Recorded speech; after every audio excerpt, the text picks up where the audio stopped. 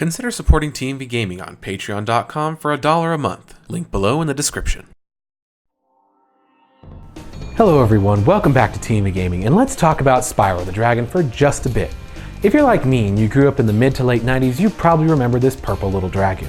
He was created and developed by Insomniac Games, produced by Universal Interactive Studios, and published by Sony Computer Entertainment exclusively for the original PlayStation from 1998 until the year 2000.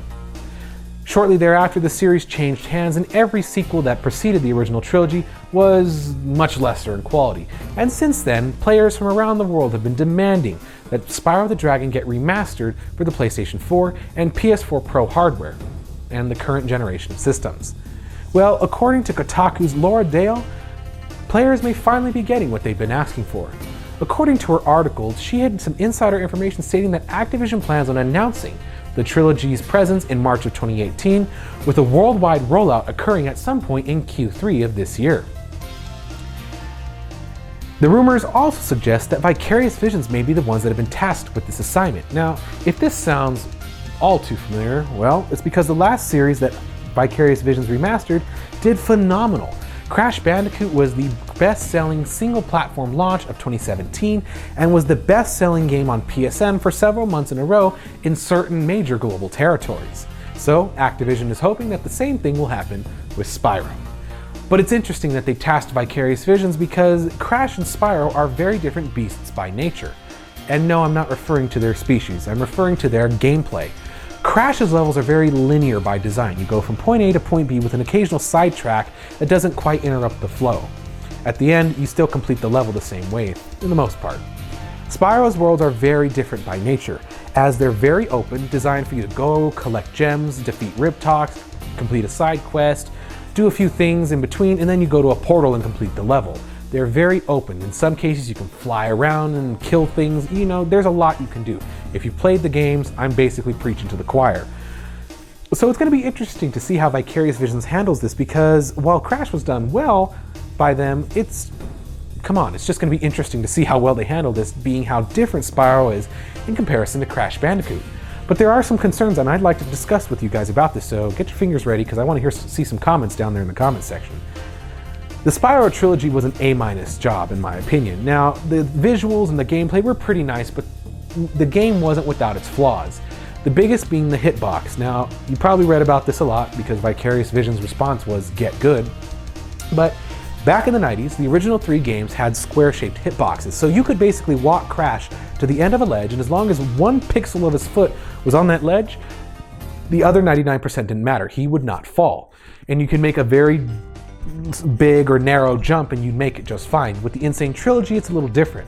His hitbox was a pill, and so if you tried to do that same thing, he would slide off the edge and die.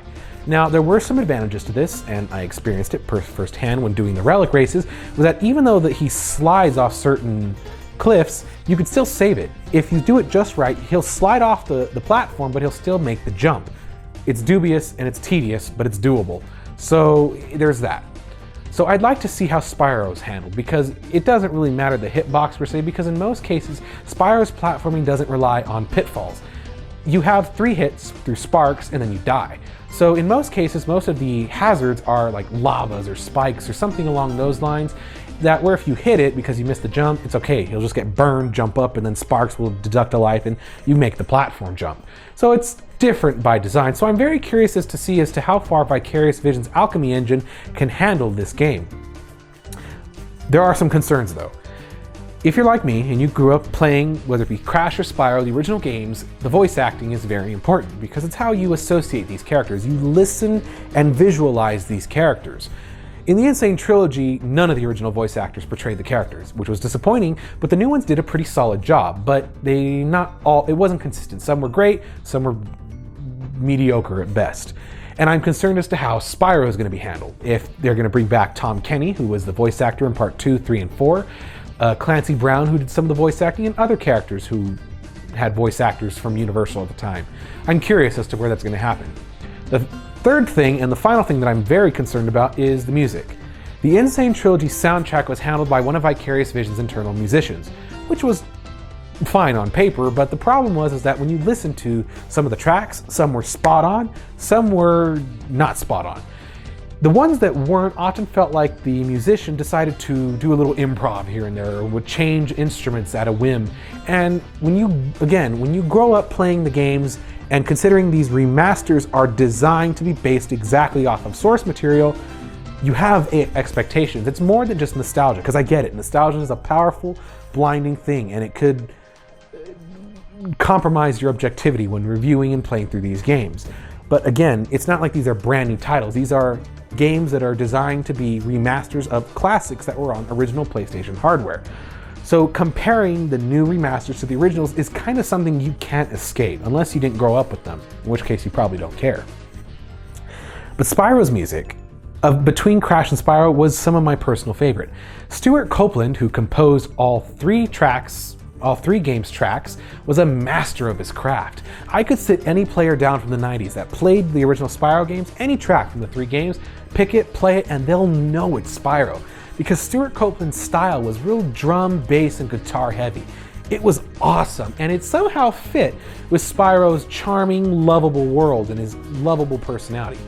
So despite the differences, it somehow fit. So I am begging and pleading with Activision Vicarious Visions, don't butcher the soundtrack. In the Insane Trilogy, when the tracks were done right, they were amazing. It was great hearing them again with higher quality instrumentation. But when they were wrong, it hit hard too. So with Stewart Copeland's tracks, as much as I would just love to say, bring in Stewart Copeland, give him a check for X amount of dollars and say, hey, remake all three game soundtracks for us. I know it's not practical because Activision has their own in-house musician and recording studios that they could handle themselves. Why hire an external third-party source to do what they could probably do themselves? So I get it.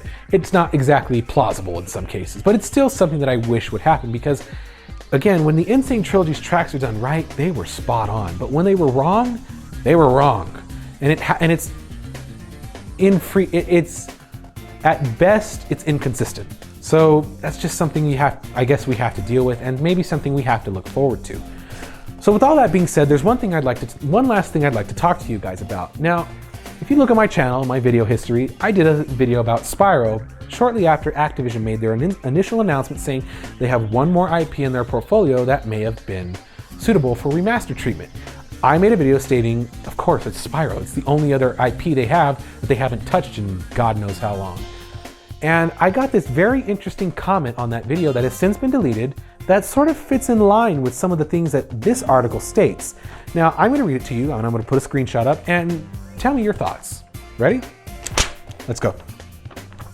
The comment reads, I unfortunately cannot give you any proof of this statement, so you will just have to believe me unconditionally. Yes, they are doing the Spyro remasters. They have been developing them for about a year or so, and they plan to release the games on September 9th, 2018. It's basically top secret, as the voice actors have signed a contract that forced them not to reveal anything about their assignment to the public. I spoke to a certain person who works in the facial animation department, and she says that, sadly, none of the original voice actors will return for this game. Reen Auberjonois has been chosen to portray Moneybags and the Professor, Jess Harnell is Spyro, Laura Bailey is playing either Alora or Bianca, and they are planning to get Brad Garrett as the voice of Ripto. Also, they are sadly planning on having quite a few Skylanders and Legend of Spyro references to appeal to the younger crowd. Now, let's examine this comment in a little greater detail. September 9th, 2018. That fits in line with Activision's Q3 fiscal year, so it's possible that this comment could be true, or it's a load of crap. So take that comment with a grain of salt, but I found it interesting because it's since been deleted.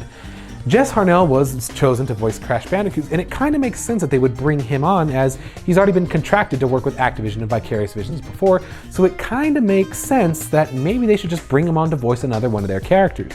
But again, it's concerning because Tom Kenny was the original voice actor for Spyro, and since you're making remasters of the original three games that were so great, it's kind of important to capture the essence of what made those games so great in their entirety, so you don't lose anything in translation. But with all that being said, I would love to hear your comments down below. Do you plan on getting a Spyro trilogy if they do it? Because with Crash's success, it only makes sense, because in many ways, Crash and Spyro were rivals to their game developers during the time. Insomniac and Naughty Dog were competing against each other and would share their technologies, but were often considered friendly rivals on the PlayStation 1. So, with everything being said, let me know your comments down below, your thoughts on the random comment that I got or the rumors from Kotaku, anything. Let me know down below. I'd like to thank you guys for watching, and I will see you in the next video. Until then, take care.